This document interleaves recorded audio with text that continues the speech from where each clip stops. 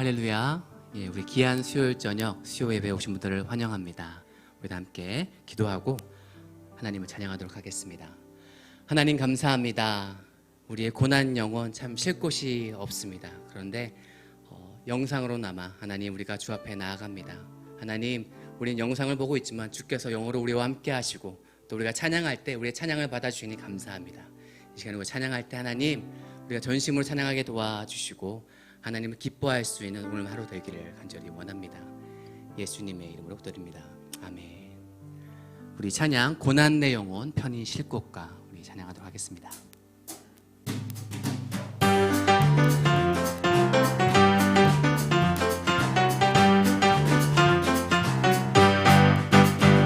고난 내 영혼 편히 쉴 곳과 풍랑 잃어도 안전한 폭풍 폭풍까지도 다스리시는 주의 영원한 팔을 지혜 주의 영원한 심판 함께 하사 항상 나를 붙드시니 어느 곳에 가든지 요동하지 않음을 주의 팔을 의지함이라. 세상 친구들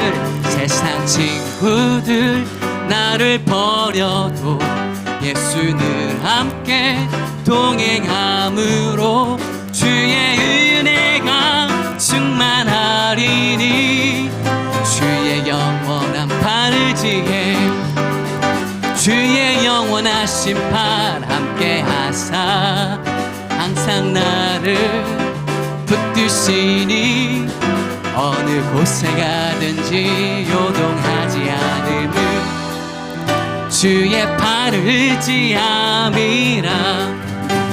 나의 믿음이 연약해져도 미리 예비한 힘을 주시며 위태할 때도 안보하시는 주의 영원한 팔을 지혜 주의 영원한 심판 함께 하사 항상 나를 붙드시니 어느 곳에 가든지 요동하지 않음을 주의 팔을 의지함이라. 늙지 못한 것 주께 없으니 나의 일생을 주께 맡기며 나의 모든 짐 대신 지시는 주의 영원한 팔을 지혜 주의 영원한 심판 함께 하사 항상 나를 붙드시니 어느 곳에 가든지 요동하지 않음을 주의 팔을 의지 주의 영원한 심판 주의 영원한 심판 함께 하사 항상 나를 붙드시니 어느 곳에 가든지 요동하지 않음을 주의 팔. 우리 다시 한번 찬양하면 영원한 심판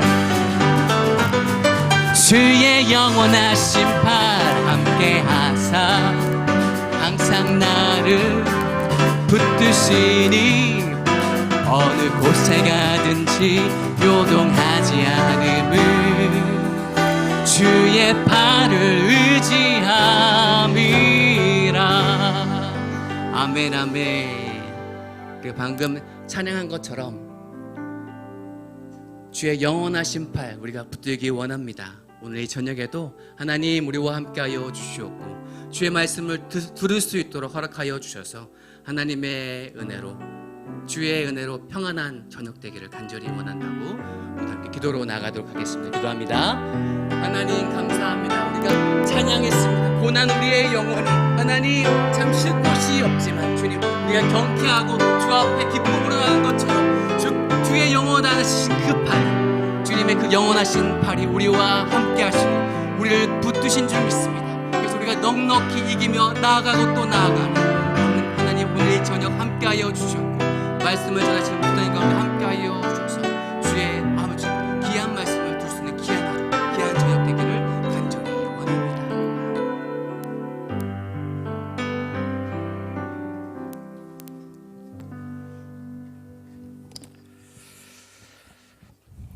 할렐루야. 하나님 아버지, 이 수요일 저녁에 하나님 앞에 드리는 우리 예배를 받아주시고 원근 각처에서 하나님 영상으로 예배하는 우리 모든 성도님들, 우리 송파 사랑의 교회 식구들 가운데 주의 평안과 위로와 능력으로 함께하여 주시길 이 시간 소망합니다. 주의 성령님께서 오늘도 붙들어 주시고 말씀이 우리 안에 살아 생명력이 넘칠 수 있도록 하나님 은혜를 베풀어 주시옵소서. 지금도 또 곳곳에서 고통 가운데 있고 또 여러 가지 어려움 가운데 있는 우리 지체들이 있다면 주님께서 찾아가 주시고 위로하여 주시고 회복시켜 주시는 놀라운 은혜가 이 저녁에 넘치게 하여 주시옵소서. 감사하며 예수 그리스도의 이름으로 기도했습니다. 아멘. 네, 반갑습니다, 여러분. 우리 이 저녁에 함께 나눌 말씀 이사야서 61장 1절에서 3절 말씀입니다. 이사야서 61장 1절에서 3절.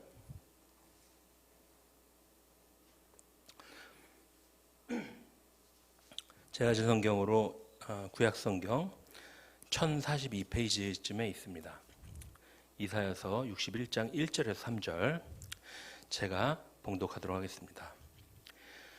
주 여호와의 영이 내게 내리셨으니 이는 여호와께서 내게 기름을 부으사 가난한 자에게 아름다운 소식을 전하게 하려 하심이라.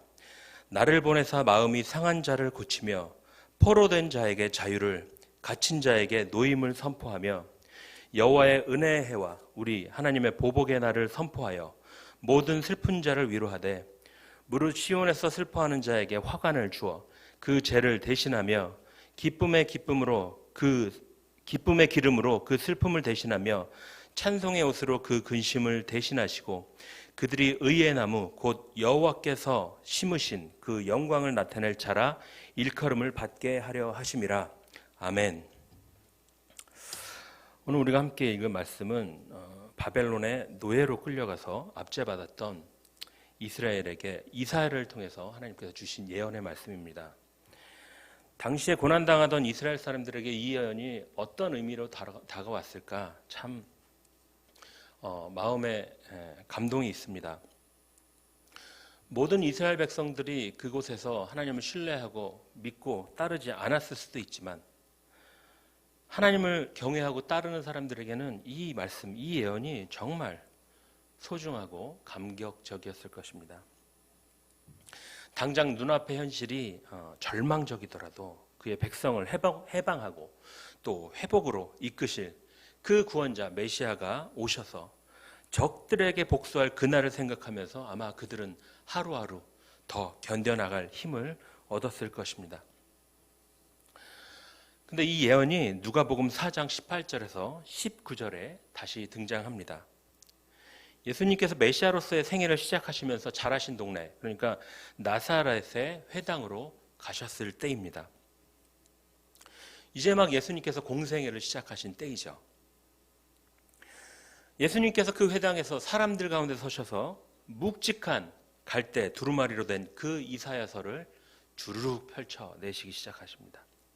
그리고 한참을 풀어내시고 감고 하시다가 한 부분을 찾아서 이제 낭독하시기 시작하십니다. 그 말씀이 오늘 이 이사야서의 말씀인 것입니다. 주의 성령이 내게 임하셨으니 이는 가난한 자에게 복음을 전하게 하시려고 내게 기름을 부으시고 나를 보내사 포로된 자에게 자유를, 눈먼 자에게 다시 보게 함을 전파하며 눌린 자를 자유케 하고 주의 은혜의 해를 전파하게 하려 하심이라.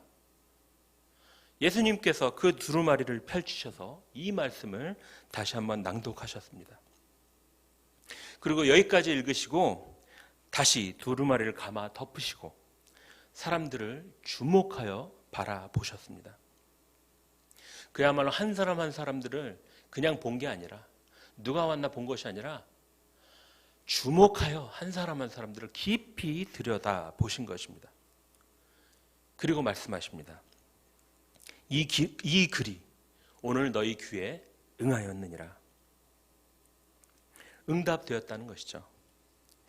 이 말씀을 통해서 마치 대통령이 공약과 정책을 발표하듯이 앞으로 사역들의 방향을 주님께서 공표하고 계신 것입니다. 이 일들이 하나님의 구원 계획 속에서 이미 오래전에 이사야를 통해서 예언되어지고, 그리고 오시리라 예언된 그 메시아가 예수님 당신임을 이곳에서 천명하고 선언하고 계신 것입니다. 그래서 예수님의 사역의 구체적인 목표들, 모습들이 이 말씀을 통해서 선포되고 있습니다. 그때 예수님 심정이 어땠을까? 저 이 말씀을 계속 보면서 이 구절 자체도 너무 감동적이고 정말 감격하고 마음이 따뜻하고 힘이 되지만, 그때 예수님의 심정을 떠올렸는데 이런 마음이 들었습니다. 정말 그렇지 않겠습니까? 그렇게 사랑하는 나의 백성, 나의 자식들이 그 아픔을 딛고 치료되고 회복되고 자유케 되는 그 날이 드디어 왔구나. 해방되는 날이 왔구나. 내가 이제 이 구원을 행할 날이 왔구나.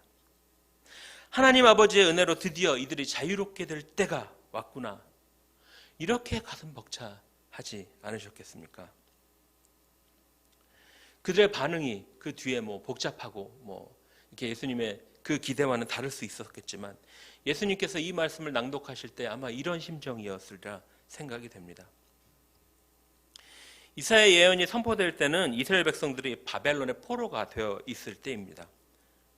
그리운 고향에서 먼 타국으로 끌려가서 노예로 생활하면서 압제받으면서 정말 힘들고 어려운 시기를 보내고 있을 때에, 이때의 이스라엘 백성에게 전해진 그 말씀, 이사야 61장 1절에 3절의 말씀은 그야말로 어떻게 보면 바벨론에 대해서 해방이 되는 그 놀라운 자유 역사였을 것입니다.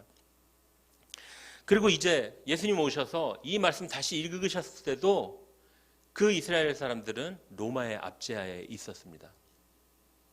그러니까 예수님께서 이 말씀을 읽으셨을 때에 어쩌면 사람들은 그 이사야 시대에 바벨론에서 해방케 하신 그 주님의 그 예언이 성취되는 이 날, 우리도 로마의 압제에서 해방되지 않을까, 이런 정치적인 메시아로서 예수님을 기대했을 수도 있을 것 같습니다. 물론 예수님께서 눈앞에 현실에 대한 문제들, 사람의 어려움들을 외면하시지 않았습니다. 그곳에 있는 사람들을 주목하여 보신 것처럼 이 땅의 사람들의 문제와 아픔과 배고픔과 가난과 질병을 같이 합하시고 치료해 주시고 해결해 주셨습니다.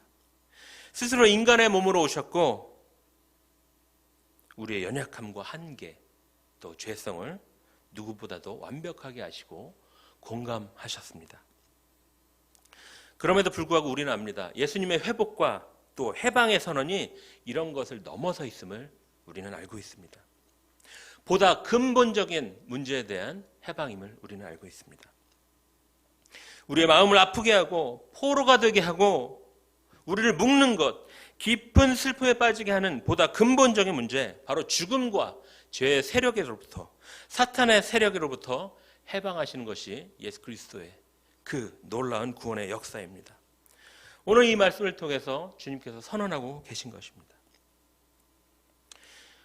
이때에만 그런 것이냐? 이사야 시대에도 사실은 같은 문제가 관통되고 있습니다. 바벨론으로부터의 해방, 그것이 목적이 아니라 그 당시에도 역시 죄의 문제, 죽음의 문제, 이 근본적인 문제로부터의 해방이 하나님의 계획이었습니다. 이스라엘 백성이 왜 바벨론으로 끌려갔습니까? 왜 그들이 포로가 되었습니까? 그들이 불순종하고 하나님 앞에 범죄하였기 때문입니다. 그러니까 결국 이때에도, 이사야서의 그 시대에도 해방의 문제는, 자유의 문제는, 회복의 문제는 바벨론이 아니라 죄의 문제, 바로 우리 안에 있는 문제에서의 해방과 자유함이었습니다. 오늘 말씀을 읽다 보면 앞에 이사야서의 말씀에는 여호와의 은혜해와 또 하나님의 보복의 날을 기록하고 있습니다. 그런데 예수님께서 누가복음 4장에서 낭독하실 때는 앞서 여호와의 은혜의 해, 여기까지만 낭독하시고 멈추십니다. 하나님의 보복의 날은 낭독하지 않으셨습니다. 아마 그런 이유지 않겠습니까? 주님께서 이 땅에 처음 오실 때는 여호와의 은혜의 날을 선포하고 하나님의 나라의 그 자녀들을 부르시기 위해 오셨기 때문이고, 이제 그분이 오셨을 때는 부르셔서 먹이시고 고쳐주시고 해방시켜 주시기 위해 오셨기 때문에 은혜의 해만 강조하고 계신 것입니다. 그럼 이제 우리가 또 이어서 생각할 수 있죠. 그럼 하나님의 보복의 날, 예수님께서 읽지 않으신, 낭독하지 않으신 그 하나님의 보복의 날은 언제일까요? 그렇죠. 예수님께서 심판주로 이 땅에 다시 오실 그 재림의 날을 의미하고 있다고 생각되어 집니다. 그래서 예수님께서 하나님의 보복의 날은 낭독하지 않은 것이라 생각됩니다. 오늘 말씀을 보면 우리도 견뎌야 할 시간이 길어질 수도 있고 또 벼랑 끝에서 이젠 끝인가 보다. 내가 이 지긋지긋한 이 포로 생활, 고난에서 벗어날 수가 없나 보다. 이렇게 절망감이 들 때가 있을 수 있습니다. 그러나 하나님께서는 오늘 말씀을 통해서 그 오랜 시간을 기다려도 결국은 구원의 약속을 이루시고 지키신 것처럼 결국 사랑하는 자녀들, 바로 우리를 회복시키실 것을 약속하고 계십니다. 요즘 많이 힘들고 어려워서 공부할 때가 있습니다. 우리 모두가 그럴 때가 있습니다. 그러나 오늘 3절에 보니까 이런 희망, 기쁨의 메시지가 적혀 있습니다. 슬퍼하는 자에게 화관을 주어 그 죄를 대신하여 기쁨의 기름으로 또 그 슬픔을 대신하며 찬송의 옷으로 그 근심을 대신하시고 그들을 의의 나무 곧 여호와께서 심으신 그 영광을 나타낼 사람들로 세우시겠다, 이렇게 약속하십니다. 우리가 이 주님을 믿고 이 주님을 신뢰하기 때문에, 그 주님을 경외하기 때문에 주님께서 회복시키실 것을 믿습니다. 이 사실을 믿는 여러분들 가운데 이 회복의 은혜들, 슬픔이 변하여 화관이 되고 죄와 슬픔이 기쁨으로 변하는, 슬픔 대신 찬송의 옷을 입히시는 그 날이 오기를 기대합니다. 마지막으로 광해원이라는 곳에 대해서 소개하면서 말씀을 마치려고 합니다. 1884년 미국에서 선교사 알렌이 이제 한국으로 들어왔습니다. 그리고 그 때에 그 고종 황제의 그 아내였던 명성황후의 조카 민영익이 이제 그 갑신정변으로 인해서 큰 상처를 받게 됩니다. 그래서 이 외상을 치료할 만한 사람이 필요한데 마침 이 알렌이 그 민영익을 치료하게 됩니다. 그래서 왕실과 이 친분이 두터워지고 또 신뢰를 얻게 됩니다. 그래서 이 알렌 선교사가 고종 황제에게 조심스럽게 또 여러 번 건의를 하게 됩니다. 이제 근대식으로 병원을 만들어서 이 사람들을 고쳐주고 치료해야 합니다. 의료시설이 필요합니다. 이렇게 건의했습니다. 그리고 앞뒤 상황에 여러 가지 신뢰를 얻은 이 알렌의 그 건의를 고종 황제가 받아들입니다. 이 건의를 윤허하여서 널리 은혜를 베푼다는 뜻으로 광해원이라는 의료시설을 건립하게 됩니다. 널리 은혜를 베푼다. 선교사 알렌은 병원 건설 계획 안에도 그렇게 썼습니다. 하나님의 사랑으로 가난한 사람을 위해 만들어졌다. 이렇게 분명히 명시하고 그런 목표로 광해원을 운영하기 시작합니다. 그리고 치료를 시작합니다. 여러분 아시는 것처럼 많은 사람들이 치료를 받게 되고 그곳에서 나음을 얻게 됩니다. 하나님의 사랑을 알게 됩니다. 가난한 사람들, 높고 고귀한 사람뿐만 아니라 가난한 사람들도 치료를 받는 놀라운 일들이, 은혜들이 이곳에서 벌어지기 시작했습니다. 그리고 불과 1년 만에 1885년에 이제 이름까지 바뀝니다.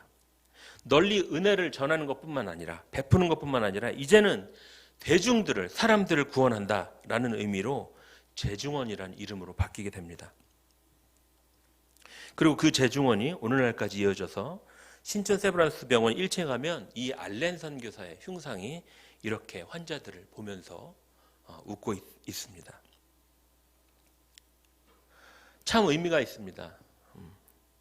우리가 오늘 나눈 말씀, 그 놀라운 회복의 은혜, 치료와 또 자유케 함이 바로 우리에게 임하셨고 오늘을 살아가는 우리는 그런 하나님의 은혜의 해를 누리고 있습니다. 하나님의 구원과 자유를 누리고 있습니다. 그리고 회복시키실 것을 우리가 믿고 있습니다. 그런데 그것으로 끝나는 것이 아니라 바로 하나님께서는 우리 이사야서 61장 3절에 끝에 말씀하신 것처럼 저와 여러분들을 여호와께서 심으신 그 영광을 나타낼 의의 나무로 세우시겠다고 말씀하십니다.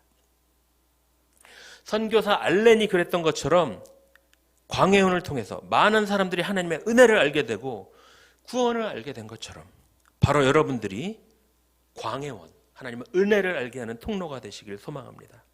그리고 개개인으로 할 수 없는 그런 더 큰 일들이 있다면 바로 우리 송파사랑의 교회라는 재중원을 통해서 하나님의 구원의 역사들을 이루어내는 구원의 통로가 되기를 소망합니다. 그런 교회가 되기를 기대합니다. 우리가 함께 모이지는 못하지만 이 일들을 통해서 여기저기 이곳저곳 여러분들의 그 자리에서 하나님의 은혜를 경험하고 회복과 자유를 경험했다는 승리의 소식이 널리 전해지기를 소망합니다. 기도하겠습니다. 하나님 아버지 감사합니다. 우리가 하나님 앞에 서 있을 수 없는 그런 사람들이지만 죄인이지만 우리를 불러주시고 하나님 그 오랜 시간 전부터 우리를 구원하시기 위해서 기대하시고 예수님 그리스도를 이 땅에 보내신 그 하나님의 놀라운 은혜가 우리를 통하여 선포되어지기를 원합니다. 우리는 부족하지만 의의 나무로 세워져서 하나님의 구원의 통로가 되게 하여 주시고 하나님의 은혜를 전파하며 곳곳에게 슬퍼하는 사람들에게 화관을 씌워주며 기쁨의 기름으로 발라주며 슬픔을 대신해서 찬송의 옷으로 입힐 수 있는 놀라운 역사들이 우리 송파사랑의 교회 모든 성도님들을 통하여 이루어지게 하여 주시옵소서. 감사하며 예수 그리스도의 이름으로 기도했습니다. 아멘.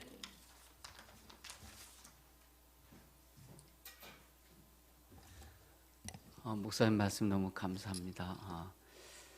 이스라엘 백성들이 이렇게 포로 아래에 있었던 것은 정치적인 그런 상황 가운데 있었지만 그런 상황 속에서 예수님이 오신 이유는 그 포로 죄로부터의 자유함이라는 거, 그것이 참 우리에게 큰 은혜로 다가옵니다. 우리가 법 아래 있지 않고 은혜 아래 있다는 거, 그것이 참 우리에게는 복음인 것입니다.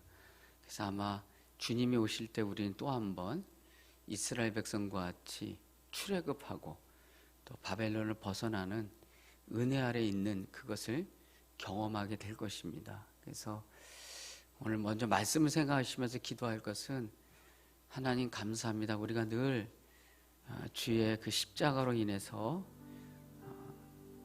법 아래 있지 않고 율법 아래 있지 않고 은혜 아래 있음을 믿고 우리의 믿음의 근간이 흔들리지 않는 우리가 되기를 원합니다.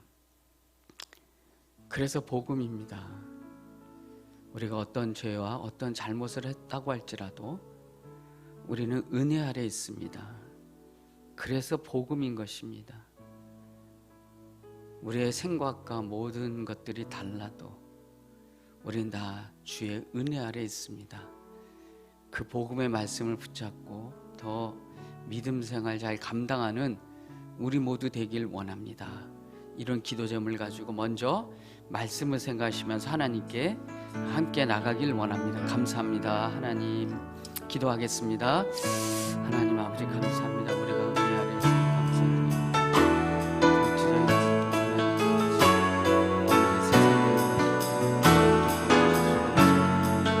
하나님 아버지 감사합니다. 우리가 주 아래 있지만 은혜 아래 있음을 감사합니다.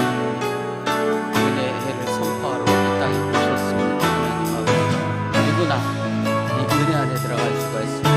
누구나 이 은혜 안에서 자유함을 누릴 수가 있습니다.